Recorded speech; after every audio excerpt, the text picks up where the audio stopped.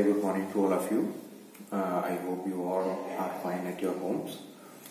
तो लास्ट जो हमारा टॉपिक चल रहा था that is the operating system. Operating system के कॉन्सेप्ट, ऑपरेटिंग सिस्टम की डेफिनेशन आप लोगों ने सबने बताई थी, जो कि करेक्ट थी.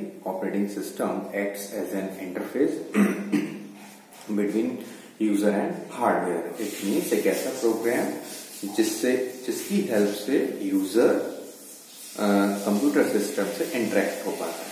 ठीक है. If our system doesn't have any operating system then it is not possible for any user to interact with the computer system. और इसके बाद हमने बात करी थी, हमारे पास दो तरह का ऑपरेटिंग सिस्टम अवेलेबल है, GUI एंड CUI. ठीक है. GUI के बारे में हमने बात करी, that is graphical user interface, जिसमें कि हमें स्क्रीन पर सारे आइकन्स हैं या फाइल्स हैं, फोल्डर्स हैं, वो सारी चीजें शो होती हैं और हम किसी भी फाइल या फोल्डर पर क्लिक करते हैं and it is easy for us to open any of the file and find और सर्च एनी फाइल और फोल्डर. तो GUI ऑपरेटिंग सिस्टम के अंदर हमारे पास ये है कि सारी चीजें स्क्रीन पर हमें शो हो रही हैं. हम इजीली किसी भी फाइल या फोल्डर को एक्सेस कर सकते हैं. ठीक है. अगर हमें थोड़ा भी अगर किसी भी यूजर को कंप्यूटर के बारे में कुछ नॉलेज है, वो जानता है कि कोई भी चीज कैसे उसको एक्सेस करनी है, देन ही और she can easily access that file और फोल्डर. अब बात करते हैं CUI की. तो CUI में स्क्रीन पर आपको कुछ भी शो नहीं होगा. स्क्रीन पर आपकी कुछ भी शो नहीं होगा.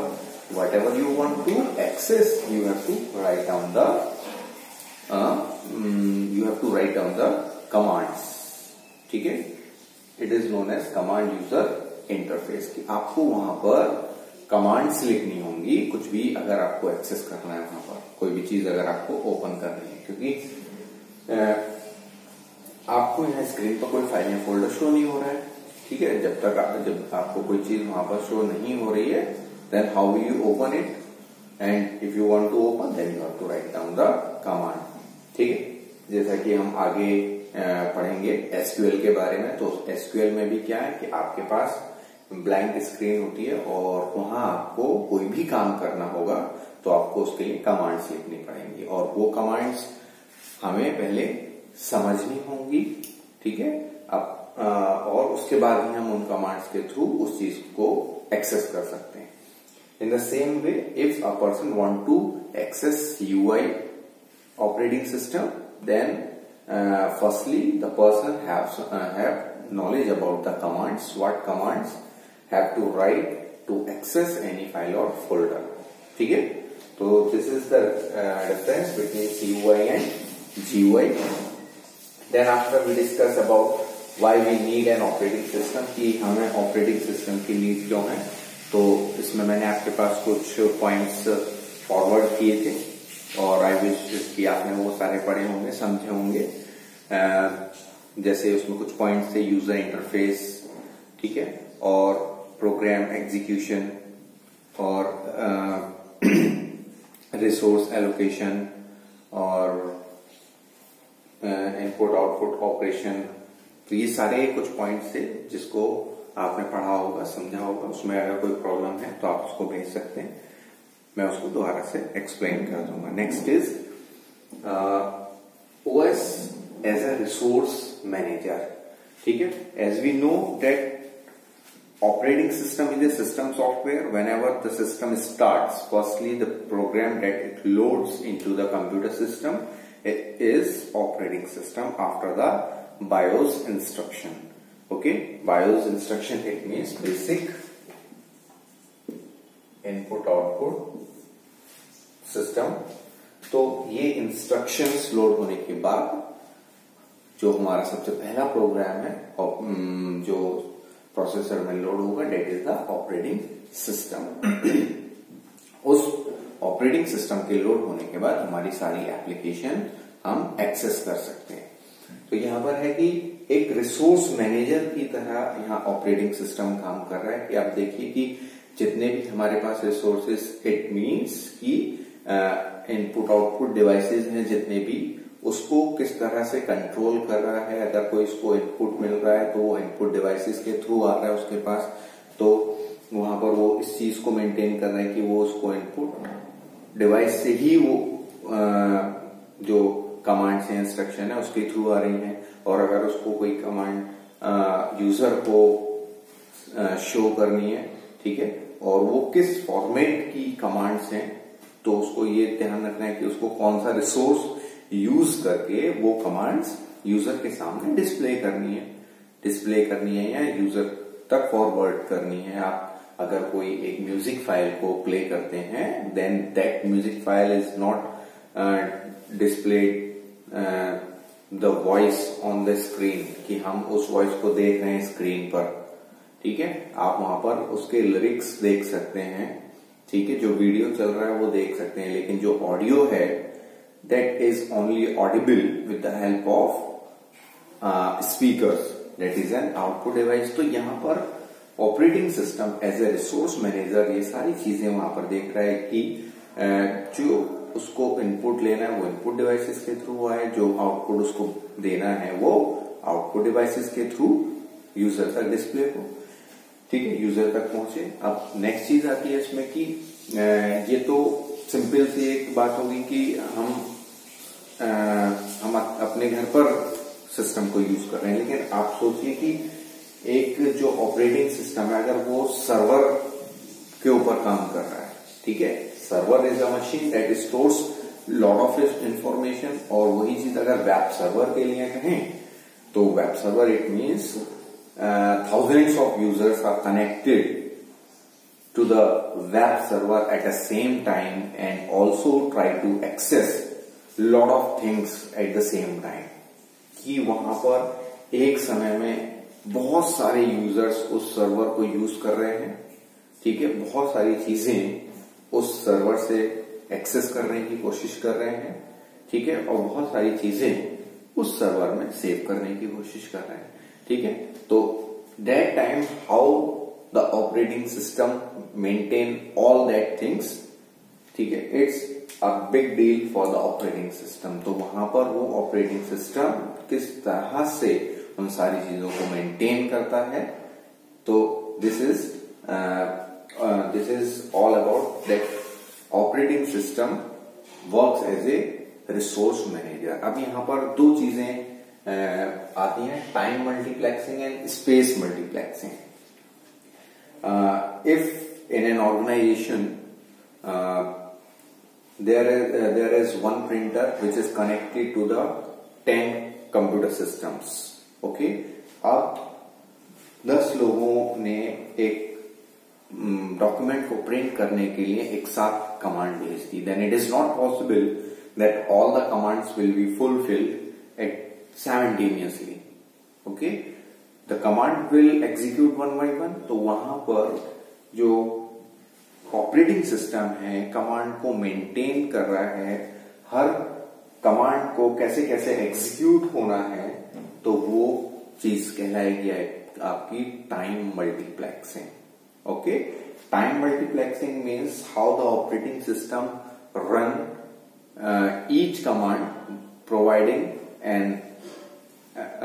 providing them separate time to execute each command, कि एक एक करके वो सारी कमांड्स एग्जीक्यूट कराए वहां पर, क्योंकि it is not possible to execute all the commands at the same time if all these commands for a same resource, कि अगर वो कमांड आपकी अलग अलग रिसोर्स के लिए है then it will be executed simultaneously, but if the command for the all the commands are on for the same resource and it is a only resource available to execute all these commands, then that time the operating system provide a time slot for each command so that after one by one the command will be executed। तो वहां पर क्या होगा कि एक एक करके commands को जो टाइम स्लॉट प्रोवाइड किया गया है कि पहले ये कमांड इतने टाइम में एग्जीक्यूट हो जाएगी,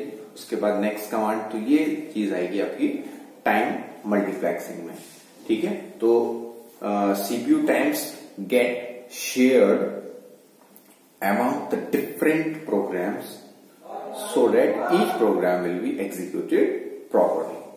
ठीक है, तो यहां पर ये रहा कि अगर आपके पास जो प्रिंट की कमांड आई द सिस्टम के थ्रू, तो एक एक करके सब कमांड्स को क्यू में रखा जाएगा और then it is executed one by one. It is the time multiplexing. Second is space multiplexing. Space multiplexing means कि on a web server there are thousands of users accessing the server at the same time.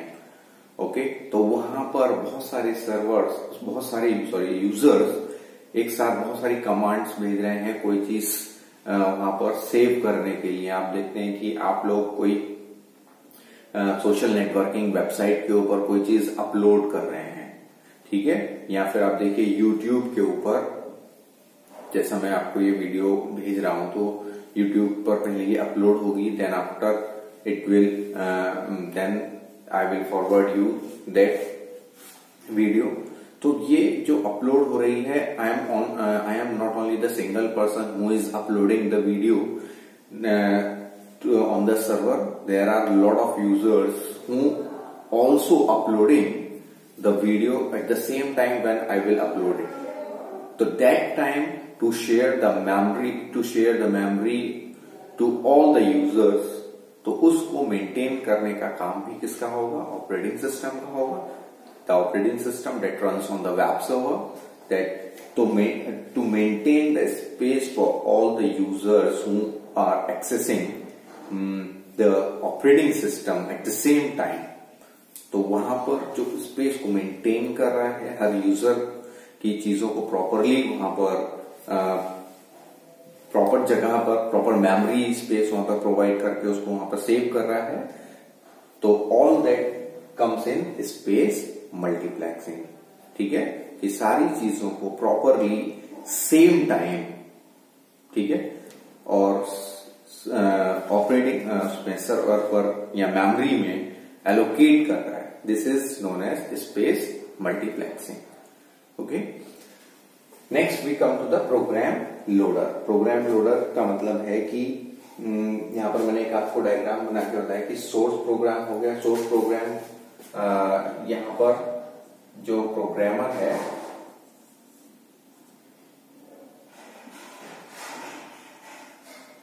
वो यहां पर कोई भी एक programme लिख रहा है and we know that the programmer writes the program in high level language. और जो यहां पर हमारे पास हाई लेवल लैंग्वेज है, high level language it means कि वो इंग्लिश लैंग्वेज में ही उस प्रोग्राम को लिख रहा है, क्योंकि we can easily understand the English language in which we are writing the programs, but a computer system cannot understand what we are writing. तो उस समय क्या होगा कि वो जो सोर्स प्रोग्राम है वो लैंग्वेज प्रोसेसर की हेल्प से कन्वर्ट होगा किसी एग्जीक्यूटेबल कोड में, और वो कोड लोड किया जाएगा मेमोरी में and then the program will execute. Okay, कि पहले कोई जो सोर्स प्रोग्राम है लैंग्वेज प्रोसेसर टू कन्वर्ट हुआ. यहाँ पर मैंने तीन चीजें लिखी है, कंपाइलर, इंटरप्रेटर एंड असेंबलर. तो ध्यान दीजिए कि यहाँ पर जो तीनों हैं, तीनों में थोड़ा डिफरेंस है. Okay, assembler converts the assembly language into machine language. Machine language आपकी क्या होगी? Machine language that is 0 and 1, so that computer can easily understand what the program is. Then interpreter also converts the high level language program into machine language. Okay, but it अगर हम आगे बात करें compiler की, compiler also converts the high level language program into machine language. HLL, QML and ये same आपका compiler के लिए भी है और इंटरप्रेटर के लिए भी है. अगर दोनों का काम यही है, then what is the difference between them? तो डिफरेंस ये है, the interpreter converts the whole program line by line. It means कि वो प्रोग्राम की एक लाइन को रीड करेगा, ठीक है, उसको कन्वर्ट करेगा, then move to the next line, then move to the next line. It means line by line it converts the whole program, and if there is any error it stops until the error is removed, and when the error is removed it loads the program from starting point, and after reading all the instructions of the program it executes the code. But in the case of compiler के case में क्या होगा कि interpreter ने तो एक एक करके सारी लाइंस को रीड किया, उसको कन्वर्ट किया और आपके प्रोग्राम को हाई लेवल लैंग्वेज से मशीन लैंग्वेज में कन्वर्ट किया. अगर उसको कहीं भी कोई एरर मिल जाती है तो वो वहीं रुक जाएगा, और जब तक वो एरर रिमूव नहीं की जाएगी वो आगे नहीं बढ़ेगा. ठीक है, और एरर रिमूव होने के बाद दोबारा से वो प्रोग्राम को स्टार्टिंग से लोड करना शुरू करेगा, और उसके बाद फिर वो आगे एग्जीक्यूट होगा. लेकिन अगर हम बात करें कंपाइलर की, तो compiler reads the whole program in one go. It means वो पूरा प्रोग्राम एक बार में रीड करेगा. If there is any error it just locate that error and move to the next line.